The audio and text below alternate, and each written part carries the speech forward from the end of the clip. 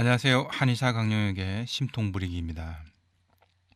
요즘은 평생 직장 개념이 약해지면서 50대는 물론이고 30, 40대에도 조기 퇴직을 하는 분들이 많습니다. 그러나 직장을 퇴직한다는 것은 생각보다 심한 정신적인 충격을 받게 됩니다. 퇴직 후 소양인들은 그나마 외부 활동이나 대인관계도 잘 유지하는 경우가 많습니다. 외향적 성향을 타고났기에 변화에 잘 적응하죠. 그런데 소음인이나 태음인처럼 음인들은 내향성이 강하다 보니 퇴직 후에는 밖으로 나가지 않고 하루 종일 집에서만 있으려는 경우들이 많습니다. 특히 소음인 남성들의 경우에는 자존심의 상처를 받으면 두문불출하게 됩니다. 퇴직하는 과정에서 자신의 능력이나 위치에 상실감을 전달받은 경우가 대표적인 예죠. 또 퇴직 후에는 자신의 위치가 크게 낮아졌다는 생각 때문에 아무도 만나지 않으려는 경우도 많습니다. 때로는 이런 심적 위축감이 발기부전이나 성기능 장애로까지 이어지는 남성들도 있습니다. 태음인은 자존심도 자존심이지만 사람에 대한 섭섭함이나 억울함 등이 퇴직 과정에서 있었던 경우에는 우울증이나 화병으로 이어지기가 쉽습니다. 믿었던 동료나 상사 그리고 직장에 대한 배신감 때문이죠.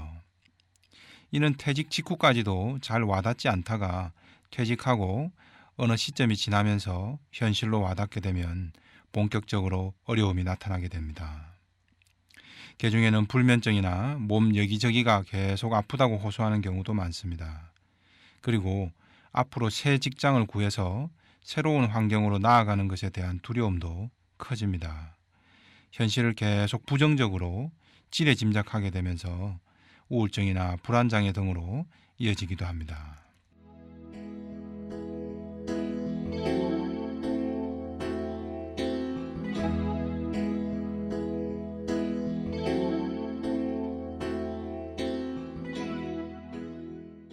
문제는 이 같은 퇴직 스트레스가 퇴직 당사자만의 문제가 아니라는 겁니다.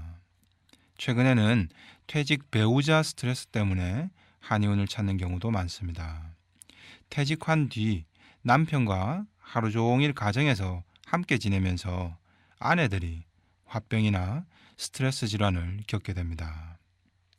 환자 사례부터 한번 보실까요? 불면증과 알 수 없는 가슴 답답증 때문에 내원한 한 60대 여성 환자 A씨입니다. A씨는 이상하게 잠도 안 오고 해서 수면제도 복용했지만 그래도 잠을 자지 못한다고 호소합니다. 그리고 낮에는 계속 가슴이 답답하면서 하루 종일 우울한 기분이 지속된다고 합니다. 원인은 바로 퇴직 배우자 스트레스였습니다. 남편이 30여 년간 일하던 직장을 그만두고 집에만 있으면서부터 시작된 증상이었습니다.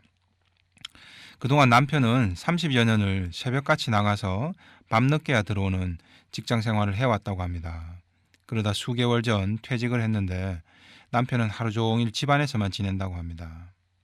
그동안 밖에서 지긋지긋하게 일만 했는데 퇴직하면은 하루 종일 집에 있는 게 소원이었다고 합니다. 그래서 남편은 밥 먹고 낮잠 자고 책 좀 보다가 TV 좀 보다가 그렇게 하루 종일 집에서만 지낸다고 합니다. 남편은 신체적으로도 정신적으로도 건강한 상태였습니다. 그런데 왜 아내인 A씨가 병이 와버린 걸까요? A씨는 퇴직 후 몇 개월간을 하루 종일 남편과 같이 지내게 되면서 너무 힘들어진 겁니다. 반면 남편은 힘들기는커녕 너무 좋다고 합니다. 저녁 10시만 되면 먼저 잠을 콜콜 잘 자는 남편 모습을 바라보고 있으면 A씨는 이상하게 부하가 치민다고 합니다. 퇴직이라는 환경이 남편보다는 아내인 A씨에게 더 큰 생활 변화를 초래한 겁니다. 남편은 자신이 원했던 대로 퇴직 후에는 푹 쉬고 있는 겁니다. 잠도 잘 자고 모든 게 만족스러운 거죠. 그런데 아내는 다릅니다. 너무 큰 환경 변화가 생겨버린 거죠. 우선 삼시세끼 남편 밥을 챙겨줘야 합니다. 이게 뭐 불면증에 화병까지 올 정도냐. 그리고 평생을 밖에서 열심히 일한 남편에게 퇴직 후에 밥 3끼 차려주는 게 뭐 대수냐 라는 식으로 말할 수도 있습니다. 하지만 A씨는 그동안 그렇게 지내지 않다가 환갑이 넘어서 갑자기 하루 세 끼를 꼬박 챙겨줘야 하는 가사 도우미 신세가 되어버린 거죠. 나이가 들수록 체력이 예전 같지 않게 떨어지고, 체력이 떨어지면 하는 일도 자연스레 줄어들어야 그나마 자신의 환경에 잘 적응해 나갈 수가 있습니다. 근데 A씨는 40, 50대 때도 안 하던 가사노동을 지금 60대가 되어서 하려니 이게 말처럼 쉽지만은 않은 겁니다. 남편 퇴직으로 A씨는 오히려 삶의 질이 뚝 떨어져 버린 겁니다. 게다가 이걸 밖으로 티도 내지 못하는 겁니다. 왜냐하면 아내가 밥 해주기 싫다라고 말하기에는 명분이 약한 거죠. 퇴직 배우자 스트레스는 단순히 가사노동 증가만의 문제는 아닙니다. 새벽에 나가서 밤늦게 들어오던 생활을 남편이 30년간 하다가 하루 종일 붙어 지내게 된 것이 결코 반가운 상황만은 아닌 겁니다. 아니, 남편이 일찍 들어오면 좋고 아예 하루 종일 붙어 있으면 부부 소통도 더 잘 되고 더 좋은 거 아닌가라고 생각할 수도 있습니다. 그런데 대부분의 아내들은 이 같은 환경 변화에 오히려 더 답답하고 짜증이 날 때가 많습니다. 퇴직한 남편들은 밖에서 직장 상사였던 경우가 대부분입니다. 그러다 보니 집안에서 생활할 때도 아내에게 이래라 저래라 잔소리가 많아지는 거죠. 그나마 직장 생활로 바쁠 때는 가정에서 머무는 시간 자체도 적고 남편의 관심사가 직장 생활에 있었기 때문에 이런 갈등이 표면화되질 않았던 거죠. 그런데 퇴직 후에는 직장이 사라졌기 때문에 남편의 가정에 대한 관심사와 개입이 늘어나는 겁니다. 이 과정에서 아내의 살림살이 하나하나에도 개입할 일이 많아지게 됩니다. 예전 같으면 남편은 바깥일에 더 신경을 쓰고 집안에서 벌어지는 일은 아내가 제발 신경 좀 써달라고 해도 남편이 신경을 안 써줬던 경우가 많죠. 예전에야 아내가 혼자 판단해서 결정하면 다 됐던 일들입니다. 집안 살림살이를 하나 사는데도 전에는 알아서 아내가 필요하다 싶으면 그냥 사면 되는 거죠.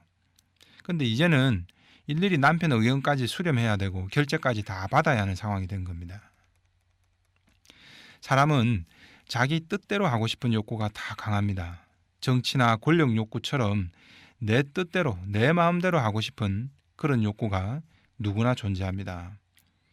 남편이 바깥일로 정신이 없을 때는 아내가 자기 뜻대로 할 수 있었던 겁니다. 그런데 이걸 이제 남편이 하루 종일 집안에 머물면서 이래라 저래라 개입하니까 아내는 뒤늦게 없던 시어머니를 모시고 사는 상황이 돼버린 거죠. A씨는 남편이 하루 종일 소파에 누워있는 것도, 밤에 잠을 잘 자는 것도, 밥을 잘 먹는 모습도, 하루 종일 나가지 않고 집안에만 있는 것도, 한마디로 하나부터 10까지 다 미워지는 겁니다. 근데 소민이 남편은 눈치가 없다 보니 이를 몰랐던 겁니다. 아내는 어디 밖에 나가서 사람이라도 좀 만나지 그러시냐라고 해도 남편은 내가 평생 밖에서 힘들게 일했는데 퇴직하고 나서까지도 뭘 밖에 나가, 난 집이 좋아 라고 하면서 집 안에서만 머물러 있다는 거죠. 그렇다고 퇴직해서 밖에 나가기 싫다는 남편을 억지로 쫓아낼 수도 없는 거죠. 그런데 아내인 A씨 또한 외향적 기질이 아니라 밖으로 돌아다니는 걸 싫어하는 편입니다. 밖에서 친구를 만나거나 외식하는 것도 즐기는 편이 아니라고 합니다.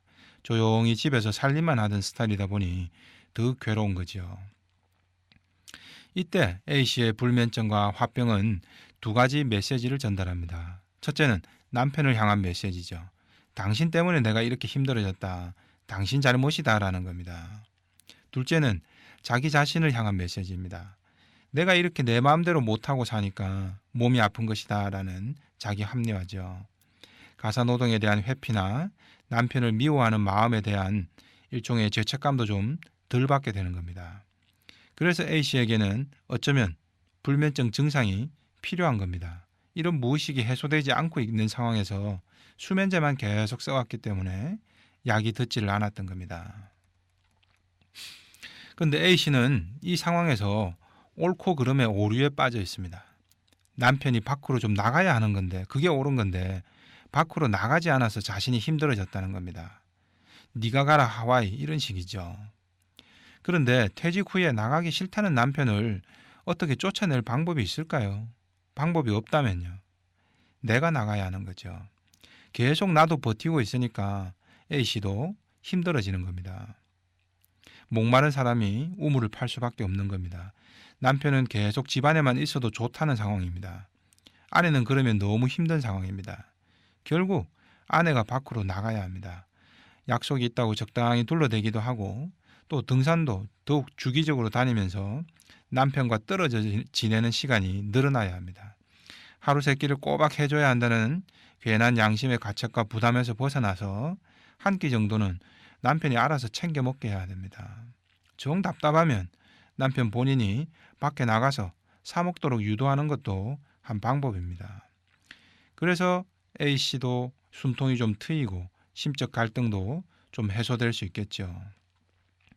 남편이 원하는 건 그대로 인정해줘야죠. 하지만 아내가 그로 인해서 괴롭다면 아내가 밖으로 좀 나가면 됩니다. 그걸 내가 옳은데 남편이 나가든지 해야지 계속 버티고 있으면은 결국 화는 아내가 다 입게 되는 거죠.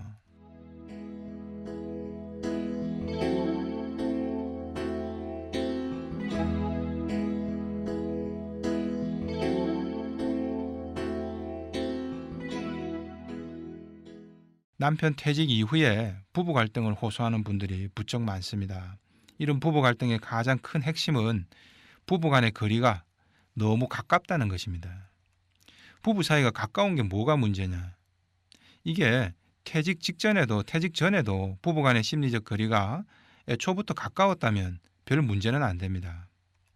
문제는 퇴직 전에는 먼 거리를 유지하다가 어느 날 퇴직 후에 갑자기 심리적 거리와 생활 반경이 너무 가까워지고 너무 겹쳐지면은 이게 문제가 발생을 합니다. 남편도 퇴직이라는 별로 달갑지 않은 환경 변화에 적응하는 과정에서는 아내가 전적으로 자신을 이해해주고 받아주기를 바라는 심리가 강해질 수밖에 없습니다. 그런데 아내 입장에서는 남편의 퇴직으로 자신의 생활도 180도 달라져 버리는 것에 스트레스를 받게 되는 겁니다. 그 중에서도 가장 힘든 것이 바로 서로의 생활에 대한 개입입니다. 이런 경우 솔루션이 바로 삼강오륜 중에서 부부 유배입니다.